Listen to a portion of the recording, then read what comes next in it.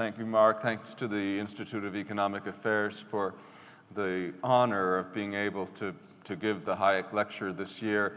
And I'm particularly touched to have had the opportunity to do so at the time that IEA is also celebrating its anniversary. This, to me, is, whether intentional or not, makes it all the more of an honor to be speaking to you tonight. And thanks to all of you for coming. I'm really looking forward to this. When I was a young boy, my brother, I have a twin brother, by the way, fraternal twin brother, he and I would play a game with my father called the 5-line game. I don't know if this was a game anyone else played, but we did. And this game worked as follows. We would scribble 5 lines on a piece of paper, any kinds of lines or curves, what have you. And we would tell my father that he had to make, out of these lines, incorporating all of them, a picture of something, like an elephant or a dog. And the idea was that the picture had to look like the thing we wanted it to look like. The lines had to all be used, and they should not look odd. And my father was excellent at this game. What has that got to do with this talk? Well, the 5-line game came to mind when I finally got around to taking a good look at the title that Philip, I think, had assigned to my talk, and found myself saying to myself, how the heck am I going to turn that into a good lecture? And so I struggled with it. It was too late to change the title, Philip told me. I said, I can talk about some of this. I think I can make it work, but I've got to cheat a little bit. So I'm going to tell you about financial stability without central banks, sure enough. But I'm also going to tell you about financial stability without price stability, because I don't believe that price stability, as it's normally understood as a stable price level or stable, absolutely stable rate of inflation, is in fact a desirable thing. So I'm going to explain to you how we can have stability, financial stability, macroeconomic stability, if you like, without central banks, and also without a stable price level, though with a price level that behaves in a certain systematic fashion. As for financial stability without a central bank, well, it's actually rather easy to explain that is possible, because history shows that it is possible. Most close to where we are today, history has given us a good example in the Scottish banking system that flourished from roughly the later part of the 18th century until the middle of the 19th century, when British legislature started to really interfere with it and ruin it, turning it into the disaster that it has become in recent times. The Scottish system, unlike the English system, did not involve the establishment of any privileged bank of issue, what would later come to be known as a central bank. By the way, this happened as a result of a sort of malign neglect, if you will.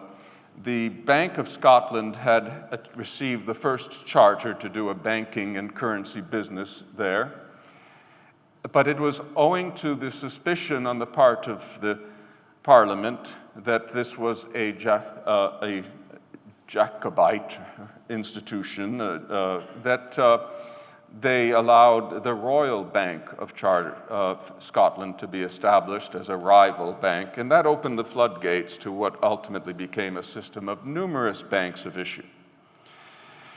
And it was because there were many banks of issue, very free from any sort of government regulation, that Scotland ended up with a notoriously stable financial system. And the stability was ultimately due to the pressure that the competing banks of issue exerted upon one another by actively presenting the notes that they received in the course of a business day from rival banks for collection, either directly to the banks that had issued them or indirectly through a clearinghouse where clerks, as in this picture, would figure out what banks owed what to which other banks. This mechanism created a discipline that was not unlike the discipline one finds in a chain gang, right? In a chain gang, the prisoners are linked to each other, but they don't have to be linked to anything else. The fact is that none of them can run away without being tripped up by the others, and it's impossible practically for them to coordinate their steps so as to run away all at once, as any of you who's ever been in a three-legged race can imagine. Now, what's the analogy? Well, the analogy is that if any one bank should be too aggressive in its lending of credit, too generous, it will run ahead of, or it will essentially be trying to run ahead of the other banks, but unless the other banks are acting in unison with it, it will find more of its items presented to it after settlement at the end of the day, and it will have to fork over the necessary reserves to cover its net dues to the rest of the system. And that means that no bank can be too generous without finding itself punished by a loss of its reserves to other banks in the system. In fact, early in the history of the Scottish system, we had a very good example of how this discipline worked in the failure, the notorious failure, known to some of you at least, of the Ayr Bank, the formal name of which was Douglas Heron and Company. This was a bank set up around 1770, which immediately proceeded to lend extremely generously with the explicit aim of becoming the biggest Scottish bank of issue, and doing so very quickly. Well, as the theory would predict, the Ayr Bank proceeded to start owing money to its less aggressive rivals.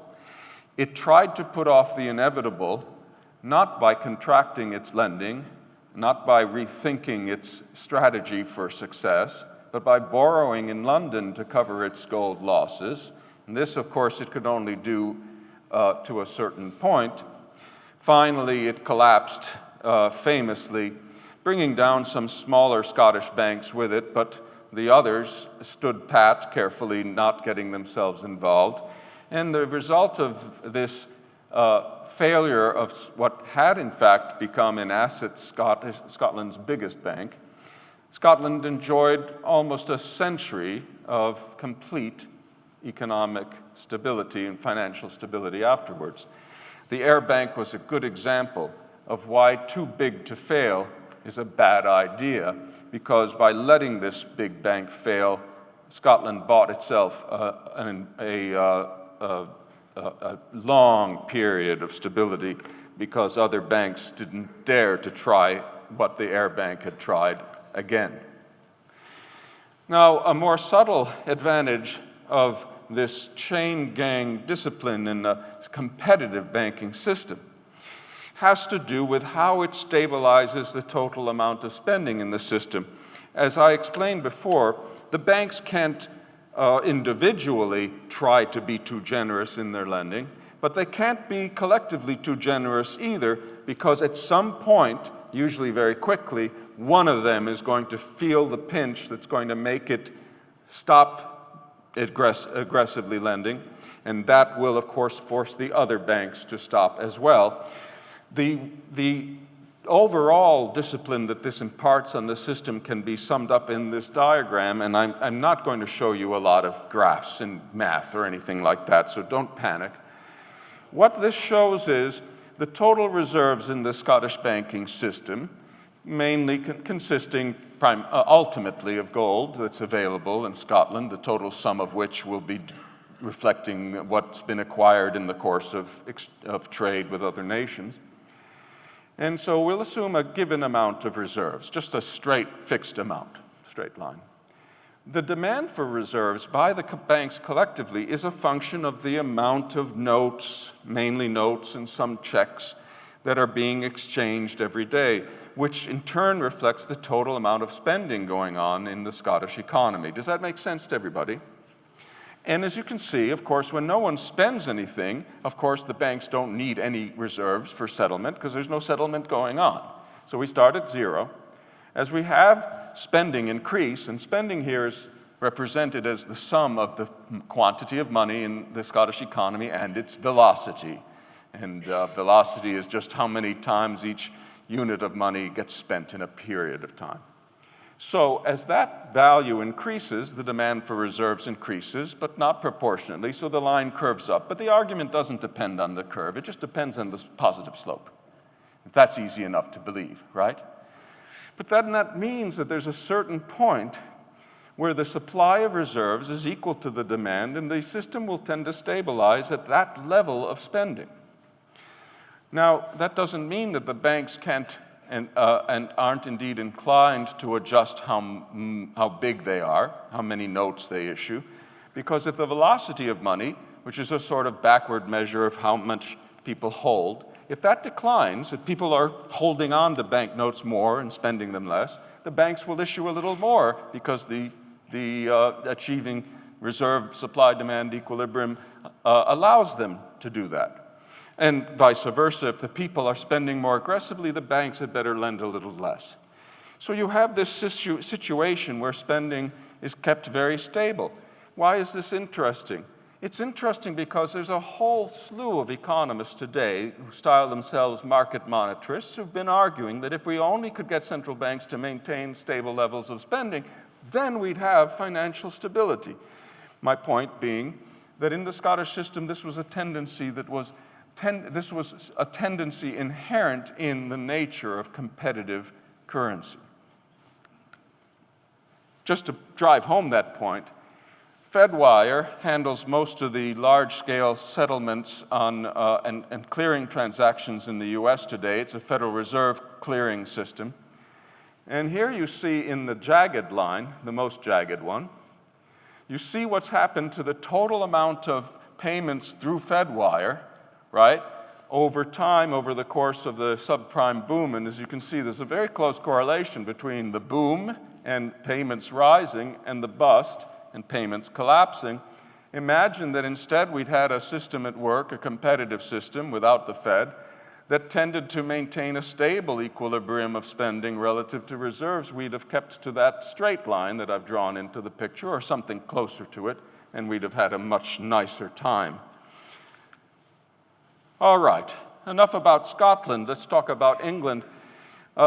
First of all, I want to remind everyone that the early central banks, including the Bank of England, they weren't set up for the purpose of achieving greater financial stability. They were set up for fiscal reasons, particularly in the case of the Bank of England to help pay for the war with France.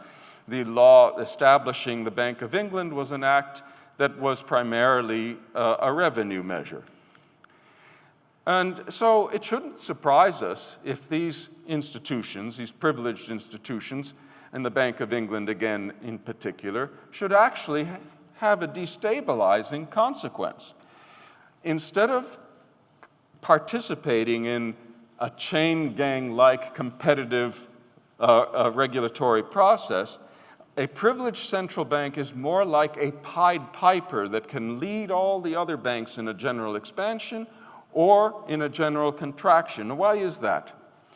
It's because when one bank has special privileges, in the case of the Bank of England, those privileges amounted at first to something like a monopoly within the London area of currency. Eventually, they expanded to become a complete monopoly of currency in all of England.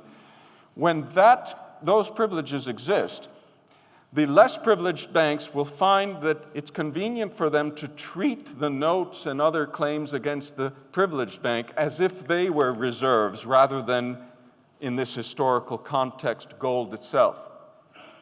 So the tendency was for the other English banks to actually send all their gold to the Bank of England in exchange for Bank of England notes or for other claims against the Bank of England, and then they would use the Bank of England notes to make their own payments to their customers because they couldn't issue currency themselves. Here's what happens when you do that. This is the same picture as before, starting with the equilibrium with gold being the only reserve. Now, imagine the gold all gets shipped to a central bank, the Bank of England, and it heaps its own IOUs on top of this gold, treating the gold as reserves as a basis for its own expansion. And now the total sum of reserves is no longer equal to the available gold, it's equal to the amount of IOUs that the central bank chooses to create. And so it can, by choosing to put more IOUs into existence, it can allow a general expansion by all the other banks that have access to these, as it were, paper reserves, and the system can be encouraged to expand. Now, if that makes sense, allow me to explain why England had lots of crises, and more so than Scotland. When the Bank of England, whether there would, the amount of spending in England would clearly depend on how generous the Bank of England was in credit creation. If it created more credits, it made more paper reserves available to other English banks and led them all in a general expansion which would raise total spending. But that would tend to raise prices too, right? More economics, MV equals PY, where P is the price level and Y is the output of the economy. The tendency would be for more spending to raise prices. In the world of the gold standard or any kind of specie standard, gold or silver, if prices in England went up relative to prices elsewhere in the world, eventually a tendency first described by David Hume, another Scot, would kick in.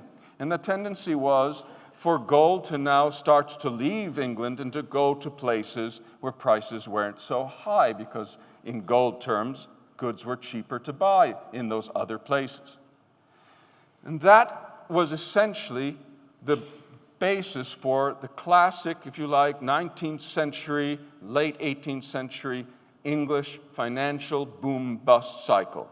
Excessive expansion by the Bank of England, leading to corresponding expansion by the whole English banking system, to rising prices, to the beginnings of an outflow of gold from the Bank of England, which would cause the Bank of England to suddenly contract credit in order to save its own reserves and avoid going bankrupt, and that would plunge the economy into a crisis. The point is not simply that England was exposed to crises of this type again and again, but that Scotland, even though it was operating on the same British pound unit, escaped those crises. It was notoriously free from crises that were afflicting England time and again. And the difference was the difference between the banking systems of the two countries. At least no one's been able to identify any other reason why Scotland should have escaped trouble. This cartoon appeared at the time of the Panic of 1825, a major English panic, and as you can see, it illustrates the point that Scotland doesn't seem to be troubled by these panics. Similar cartoons might have been drawn for other episodes in 19th century Scottish banking history. Now, this fellow you've probably heard of, or you know about his book or both. This is Walter Bagehot. And Walter Bagehot's very important because he plays a somewhat tragic part in the story of central banking and of financial instability. Bagehot wrote Lombard Streets in 1875, and most people understand Lombard Streets to have been the book that drove home the necessity of the Bank of England serving as a lender of last resort during crises. Specifically, when faced with an external drain of specie, of gold or silver, the bank was to lend heavily to any solvent firm at high interest rates. Now, Bagehot, and this is the tragic part, has been understood now by several generations of central bankers as having positively recommended central banks. Because if you can't have a lender of last resort, how are you going to prevent crises? In fact, Lombard Street is quite explicit in saying that what was really behind the crises in England was the monopoly of the Bank of England, which allowed it to acquire all the gold and to centralize the reserves. And it was this system of a centralized reserves at the Bank of England that was the ultimate problem as far as Bagehot was concerned. And he argued that if England could have, it would have been best off never creating a monopoly bank of issue and never having the centralization of reserves that took place because it had done so. And what he says is, I'm offering this lender of last resort advice instead of advising that we get rid of the Bank of England, only because I don't think anyone will listen to me if I make that later recommendation. We are as stuck with the Bank of England as we are with the British monarchy. We just have to figure out a way to make them do as little harm as possible. So the sad thing, the tragic outcome of a misunderstanding of Bagehot, which is still being perpetuated by central bankers everywhere, is that he has been read as recommending central banks to us and of saying that they are desirable. These are some passages from Bagehot that you can read on your own if you like, that basically are among those. There are several places in the book where he is very clear that the best system is a system with competing, independent banks holding their own cash reserves, and not a system with a central bank holding all the gold in the country. Now, I want to say a little bit about another comparison. I've talked about the difference between England and Scotland.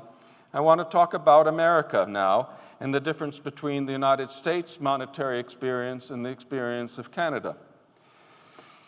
It's important that I do so because, after all, we had financial crises in the United States, but we didn't create a central bank until we established the Fed in 1914. But, of course, while I do believe, like Bagehot, that central banks are inherently destabilizing, that doesn't mean that you can't have instability, financial and economic instability, without a central bank, and the United States is a good example of how that can happen. It happened in particular after the Civil War because of some very badly misguided financial interventions that took place in connection with the Civil War. And by the way, the common theme here is when governments tamper with their monetary systems to achieve fiscal ends, stability goes out the window. During the Civil War, we did a number of things, most of them ultimately harmful, one of which was to create a new system of banks, the national banks, we still have national banks today, and to empower them to issue notes under the requirement that the notes be backed by U.S. government securities. Here you can see, if you look closely at this note, it says, this note is secured by bonds of the United States deposited with the treasurer, blah, blah, blah. Well, the idea was simple. We had a war to pay for. If the new banks could all be forced to back their notes with U.S. securities, this would generate revenue to help pay for the war. Oh, and it might make the currency safe, so long as the bonds hold their value, which was a dubious assumption at the time of the war, but not afterwards. The problem, though, with this setup is that it tied the total supply of currency to the available supply of government debt. After the Civil War, we started to retire the debt. There was less and less fewer and fewer bonds available to secure national banknotes. State banks had been forced out of the currency business by another Civil War measure. And this chart shows, I know it's hard to read, it shows what's happening to the supply of national banknotes from 1880 to 1909. And as you can see, especially from 1880 to the mid-1890s, there's a dramatic collapse of the supply of currency from over $300 million worth, almost $350 million worth, to less than half that amount in the course of the first decade shown on the chart. This is a supply of currency that's contracting dramatically in a growing economy. This is not a very good situation, and it's all due to the scarcity of bonds. I'm explaining this to you because many people will tell you that we set up the Fed because unregulated banking didn't work before then. But this is regulation causing trouble, not lack of regulation.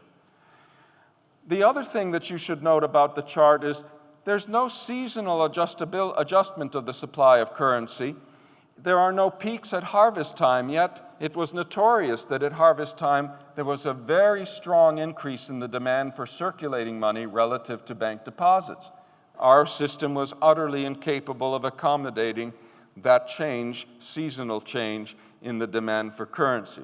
Now, I'll talk about the other line on the chart later, but let's ignore it for now and just let me just point out that this was one of several regulatory reasons why we had a series of terrible financial crises in the United States, culminating in the panic of 1907, illustrated here. There were panics in 1884, 1893, 1873. In all of them, these restrictive regulations concerning currency played a very important role. Now, if you don't believe that regulations were important, then let's take another look at this chart, because that other line in the chart, what it shows is a supply of currency that seems to be behaving the way our priors would think it should have behaved at the time. As you can see, there's some secular growth in supply, and there's also a nice spike in the supply of currency consistent with the harvest season of August to September or October. It looks to a modern central banker, at least, as if there must have been a good, wise central bank managing the currency supply in Canada and making sure it was always just adequate to fluctuating needs and secular needs. Except, if we take a closer look, it turns out that this is the stock of Canadian banknotes.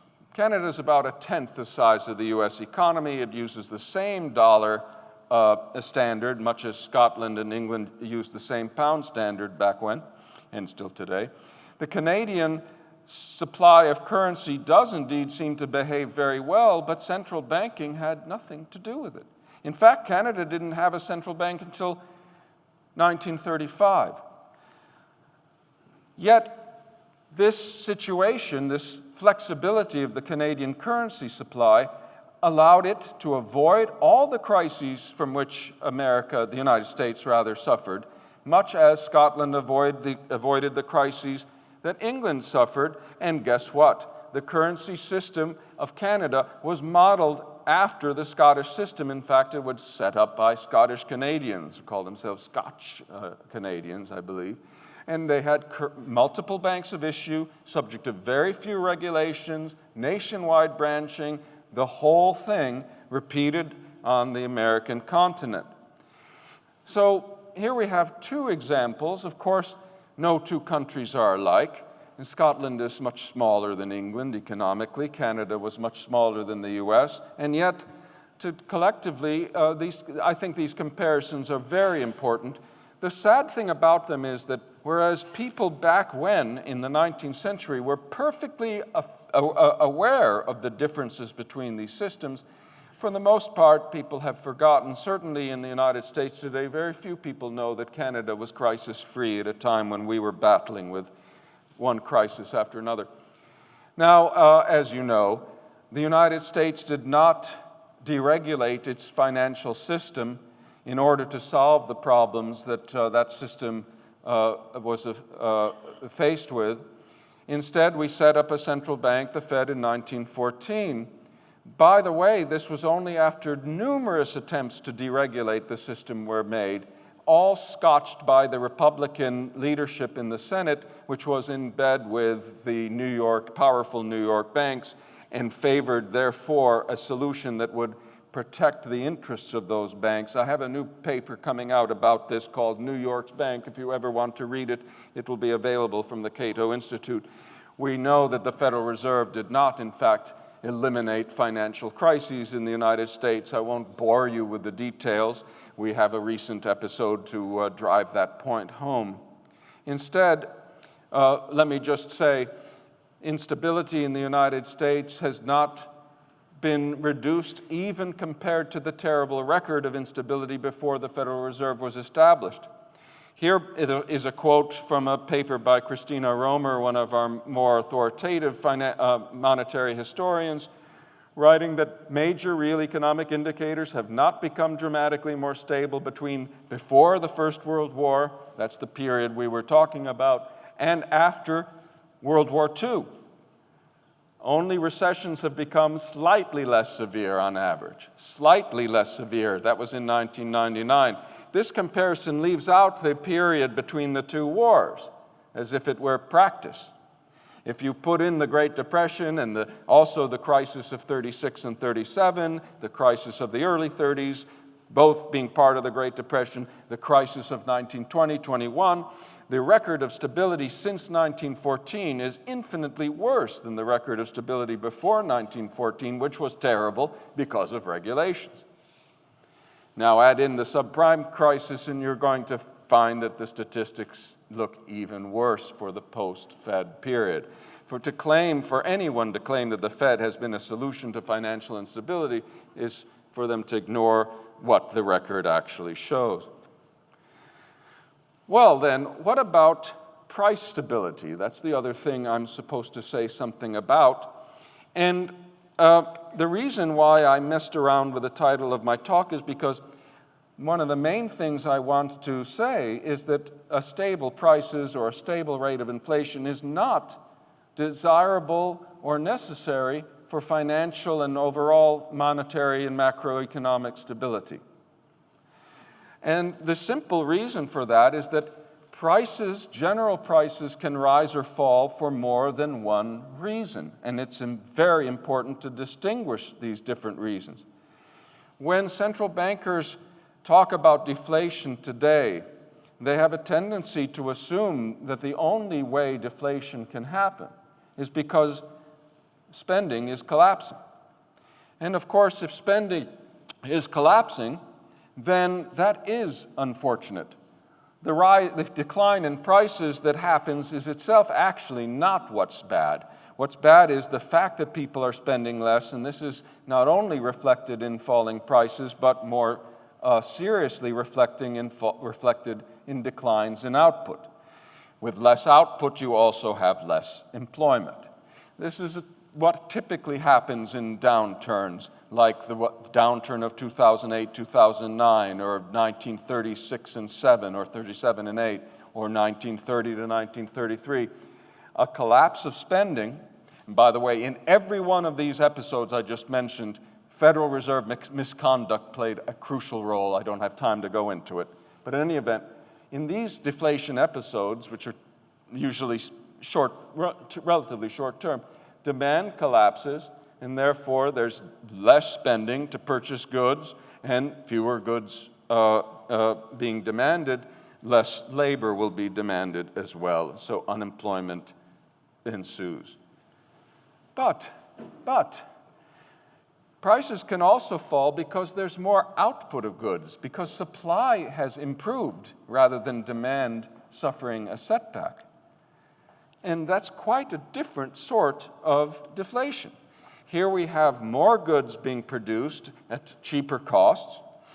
Prices fall to reflect falling costs, but quantities are growing. That is, the quantity demanded is going up.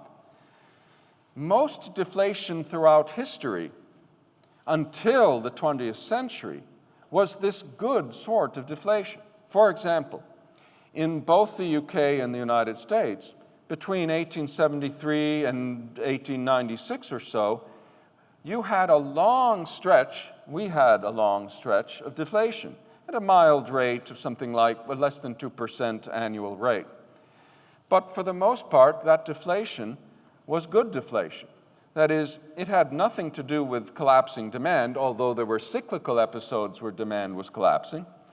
It was mainly a result of productivity gains from all sorts of technological improvement, which, under the gold standard, were allowed to be reflected in falling prices, because the output of money in the gold standard was adequate to provide for some kinds of growth, population growth and other things, but it so happened that it allowed prices to fall, at least pending new gold discoveries, in response to improvements in productivity. There's a myth, by the way, still subscribed to by some economists, that the whole period from 1873 to 96 was another Great Depression, a Great Depression that lasted more than 2 decades.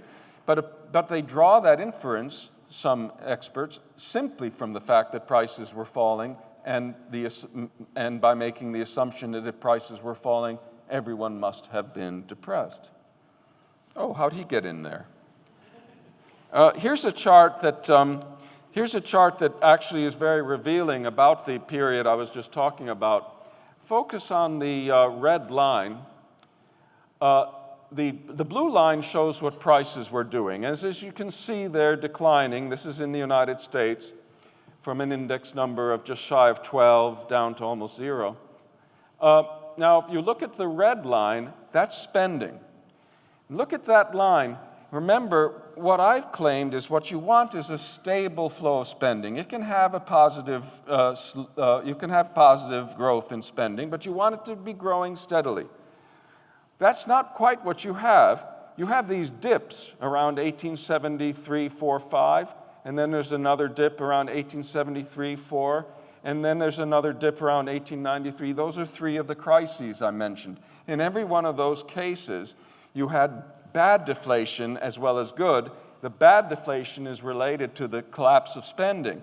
All the rest of the deflation is actually not due to any decline in spending, any temporary decline. It's all due to improvements in the availability of goods, to productivity growth. It's all good deflation. And so it's stability of spending, and it can be stability of spending that is consistent with prices tending to fall if productivity circumstances, if the progress of productivity calls for it. That's what is really desirable for overall macroeconomic and monetary stability. The alternative fetish with maintaining a stable rate of inflation, without regard to what that implies about the management of spending, is a cause of a lot of economic trouble. For example, during the subprime boom, spending was growing very rapidly, but their eyes fixed on the inflation rate, American central bank authorities, monetary authorities, did not see this as a reason to raise interest rates and tighten credit, and as a result contributed a lot to the subprime boom. In 2008, in contrast, when spending began to collapse, and eventually it collapsed quite a lot, still focusing on inflation, and particularly on headline inflation, which depended heavily on oil prices, the authorities saw no reason to create more credit and to try to do something that would revive spending. In both cases, they contributed to the overall calamity that was the subprime boom and bust. And here are some authorities talking about good and bad deflation. Economists have finally gotten around to discovering that good deflation is very common in the empirical record, but the monetary authorities around the world are still lagging in this understanding and still, therefore, suffer from a price stabilization or inflation stabilization fetish, which again can cause trouble. It's not, in other words, simply that letting prices fall sometimes is harmless. It's when central banks prevent prices from falling at those times that they can actually create asset bubbles that end up popping. This is extremely important. By the way, I just want to make clear, any monetary expert you talk to will agree that prices of certain things should get cheaper as their cost of production declines. I can't imagine an economist saying that there's anything wrong with the price of computers declining over time because we're able to produce them and even produce better ones at lower and lower prices. But many of those same economists believe implicitly that to the extent that we have goods like computers that are tending to get cheaper, by gosh, we'd better make sure we have some others that get more expensive or the price index will decline, and that must mean that we end up depressed. This is a sort of thinking that's very common in the economics profession that we really have to try to counter. It is possible, after all, for the vast majority of goods, or for many goods anyway, to be getting cheaper at the same time in unit cost of production. Why shouldn't the price index fall to reflect that? The only answer is because central banks won't let it. And when they won't let it, they destabilize. This is just to illustrate productivity growth, and there's my computer. I've said all along that spending, stability of spending, is really what's required for macroeconomic stability, not stability of any price index or inflation rate. I've argued that a free banking system has a built-in tendency to stabilize spending because of the way the demand for reserves depends on how much spending is going on. In all of this, I have a common ground with the market monetarists, and this slide shows two of them, David Beckworth, who's actually a former student of mine, and Scott Sumner. These fellows have been arguing, I think, quite convincingly that a lack of stability of spending contributed to the recent crisis, and that central banks should adopt stability of spending as their criteria of overall monetary stability. Well, we're a little bit ahead of them, we free bankers, because we've kind of known that. We just happen to think that central banks are poor instruments for implementing this idea, and that markets can do it better if you would only let them. Now, in the modern context, of course, we have got fiat monies. We don't have gold. We have to have something to artificially constrain the growth of fiat monies, whether you call it a central bank or not. That's a matter of semantics.